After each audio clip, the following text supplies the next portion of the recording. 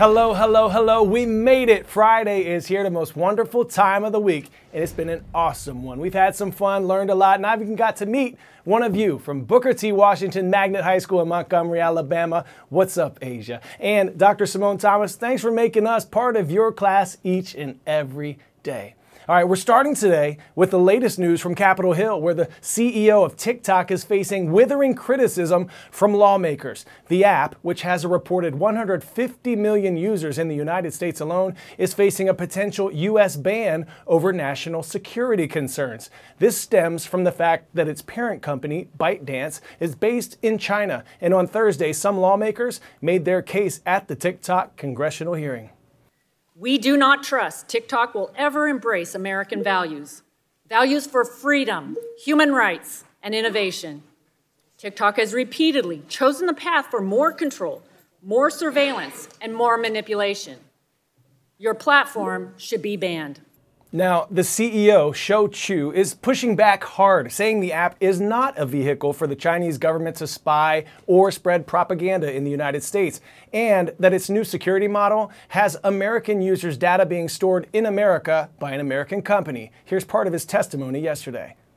The bottom line is this: American data stored on American soil by an American company, overseen by American personnel. We call this initiative Project Texas.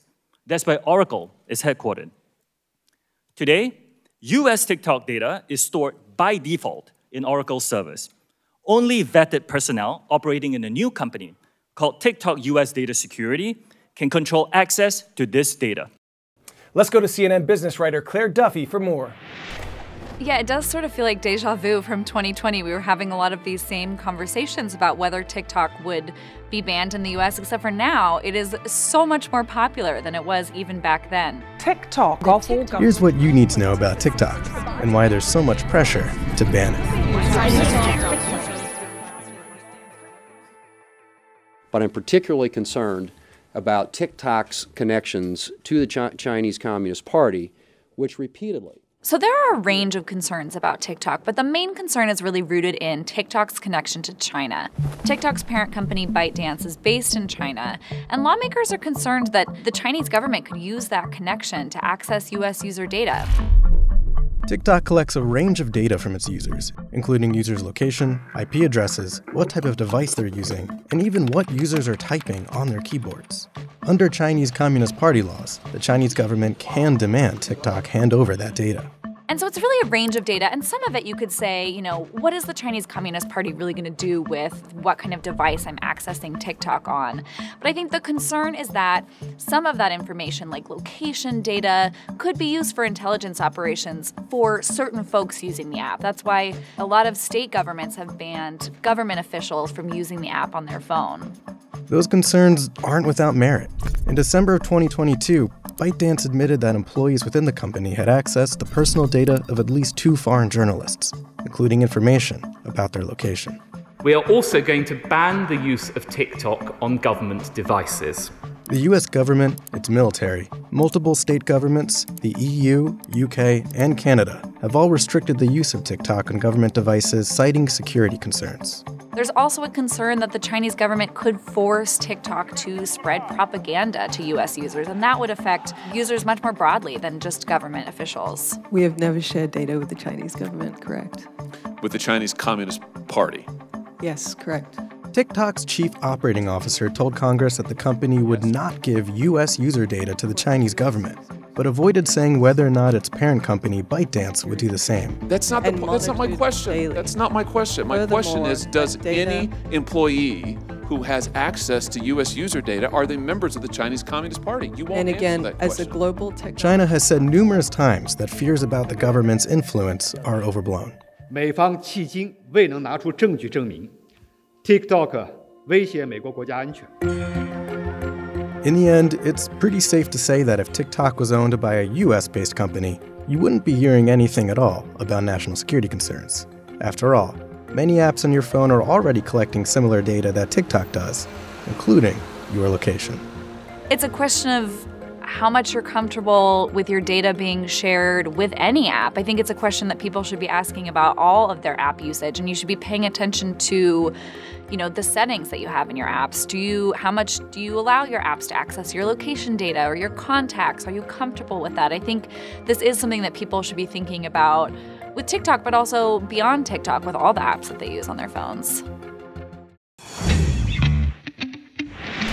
10-second trivia. What's the largest country in Western Europe? The United Kingdom, Spain, Germany, or France?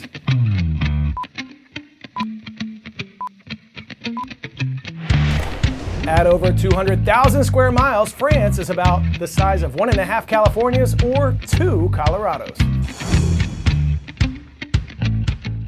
We're heading to France now, where the country continues to face ongoing protests over the government's plan to overhaul the pension system. The government wants to change the national retirement age from 62 to 64. And the government says the current system is already not economically sustainable and says that citizens are living longer now, so something needs to change. Here's CNN's senior international correspondent Sam Kiley on the ground in Paris with more. Violent protests, garbage on the street, and 2 no-confidence votes. President Macron's plan to overhaul the French pension system has caused uproar. But why all the fuss? As France's population ages and the French live longer, the government here says that it can't afford the pension scheme that allows retirement at 62, so it's raising the majority pensionable age to 64.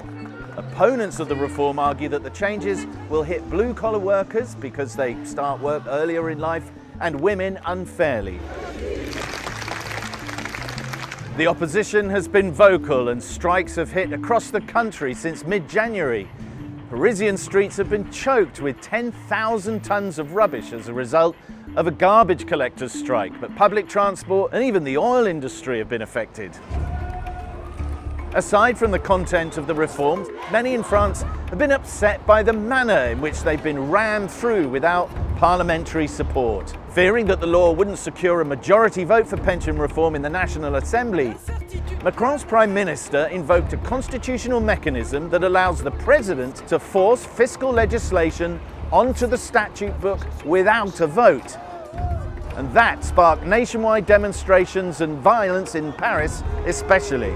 On Monday, the government survived 2 National Assembly no-confidence votes.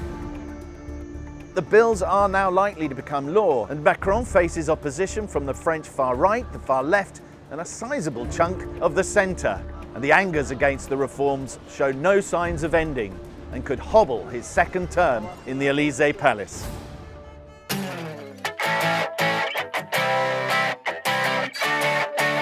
Today's story getting a 10 out of 10. It's unbearably cute.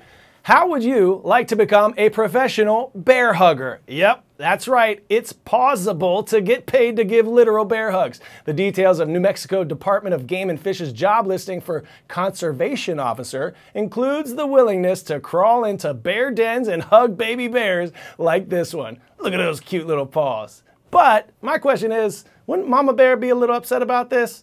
I'm cool. I'm gonna just stick with virtual bear hugs and air hugs to all of you. Shout out today going to the Hong Kong International School. What's up, Milan? Thanks for subscribing to our CNN 10 YouTube page. And also thanks to Miss McCann's class at Fuquay Arena in North Carolina. Rise up, and thanks for my sweet tea. Go Bengals. Today is Friday, lovely people. Remember, you are more powerful than you know. I'm Coy Wire. It's been a blessing to spend this week with you.